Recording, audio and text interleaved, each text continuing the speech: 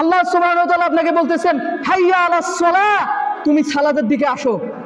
অথচ আপনি এই সালাতকে গুরুত্ব দিচ্ছেন না।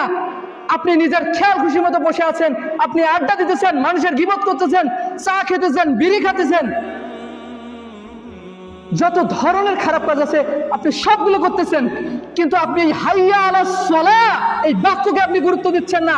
অথচ এই হাইয়া আলাস সালাহ কোনো মুয়াজ্জিন বলতেছে না। এটা স্বয়ং আল্লাহ সুবহানাহু ওয়া তাআলা আপনাকে বলতেছেন সরাসরি। এটা আল্লাহ সুবহানাহু ওয়া তাআলা আপনাকে বলার জন্যই মুয়াজ্জিনকে এই মসজিদে মুয়াজ্জিনের দায়িত্ব দিয়েছেন, শুধুমাত্র 5 বার আপনাকে হাইয়া আলাস সালাহ বলে ডাকার জন্য, আপনাকে সালাতের দিকে আহ্বান করার জন্য। অথচ আপনি আসলে প্রবৃত্তি কি এটা তো আমরা অনেকে শুনি। প্রবৃত্তি অনেক বক্তব্য গেলে বা কোরআন হাদিসের কথা শুনলে বা কোনো আয়াত পড়লে এটা আমাদের সামনে চলে আসে যে প্রবৃত্তি। আসলে প্রবৃত্তিটা কি? প্রবৃত্তির আরবি শব্দ হচ্ছে হাওয়া। এক কথায় এর অর্থ হচ্ছে নিজের খেয়াল খুশি ও ইচ্ছে মতো চলা। আপনার মন চাচ্ছে একটু গান শুনি, তখন আপনি গানটা প্লে করে দিয়ে গানটা শুনতেছেন। এটা মূলত হচ্ছে প্রবৃত্তির অনুসরণ। এইটা মূলত হচ্ছে নিজের খেয়াল খুশি মতো ইচ্ছা মতো চলা।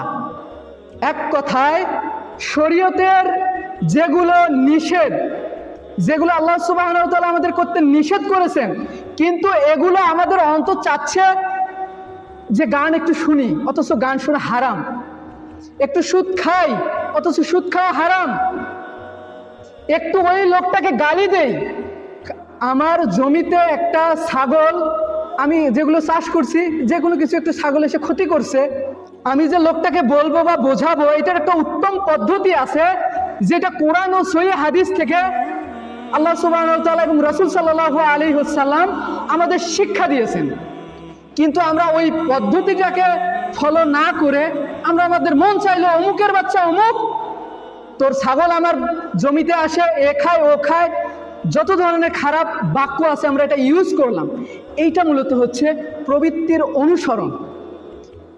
মানে এইখানে রাসূল সাল্লাল্লাহু আলাইহি ওয়াসাল্লামের পদ্ধতি আছে আমরা কিভাবে লোকটাকে বলতে পারি। এখানে আল্লাহ আমাদের নির্দেশ দিয়েছেন, 30 পারা কোরআন নাজিল করেছেন, রাসূল সাল্লাল্লাহু আলাইহি ওয়াসাল্লামের উপর হাদিস নাজিল করেছেন, কিভাবে আমরা এই বিষয়গুলোকে সলভ করব, এই বিষয়গুলো সমাধান করব, এগুলো আমাদেরকে শিক্ষা দিয়েছেন। অথচ আমরা আমাদের খেয়াল খুশি মতো করতেছি। এটাই মূলত হচ্ছে প্রবৃত্তির অনুসরণ। সালাতের জন্য আজান দিচ্ছে, হাইয়া আলাস সালাহ, তুমি সালাতের জন্য আসো, তোমরা সালাতের জন্য আসো। এটা স্বয়ং আল্লাহ সুবহানাহু ওয়া তাআলা আমাদেরকে ডাকতেছে। আপনি ভাবতেছেন যে মসজিদের 4 টাকার মুয়াজ্জিন আমাদেরকে ডাকতেছে? না, আপনাকে 4 টাকার মুয়াজ্জিন আপনাকে ডাকতেছে না, আপনাকে ডাকতেছে স্বয়ং আল্লাহ সুবহানাহু ওয়া তাআলা। আল্লাহ সুবহানাহু ওয়া তাআলা আপনাকে বলতেছেন হাইয়া আলাস সালাহ, তুমি সালাতের দিকে আসো। অথচ আপনি এই সালাতকে গুরুত্ব দিচ্ছেন না।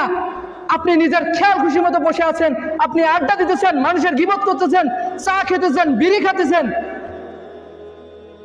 যত ধরনের খারাপ কাজ আছে আপনি সবগুলো করতেছেন। কিন্তু আপনি হাইয়া আলাস সালাহ এই বাক্যকে আপনি গুরুত্ব দিচ্ছেন না।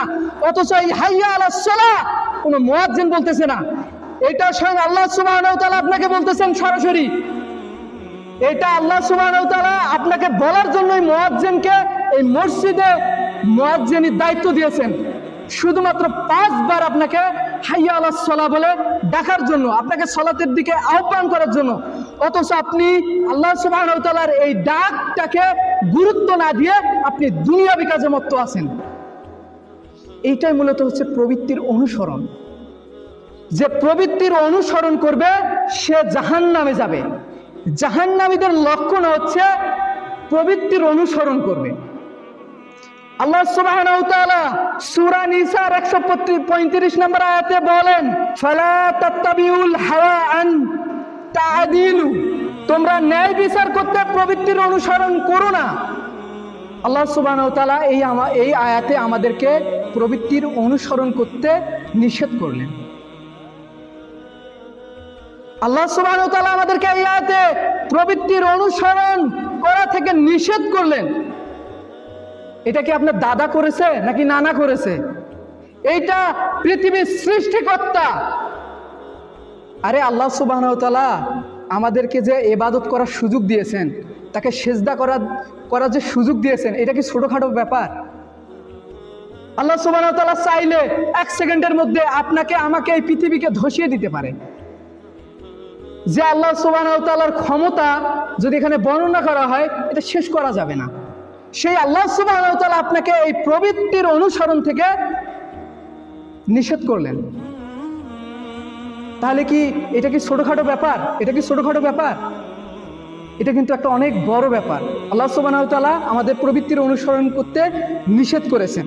অতএব আমরা যেটা আমাদের মন চাচ্ছে কিন্তু শরীয়তের নির্দেশনা নেই, এগুলো থেকে আমরা বিরত থাকার প্রাণপণে চেষ্টা করব। কেননা এই প্রবৃত্তির অনুসরণ করলে আমাদেরকে জাহান্নামে যেতে হবে, আর জাহান্নামীদের একটি লক্ষণই হচ্ছে প্রবৃত্তির অনুসরণ করা।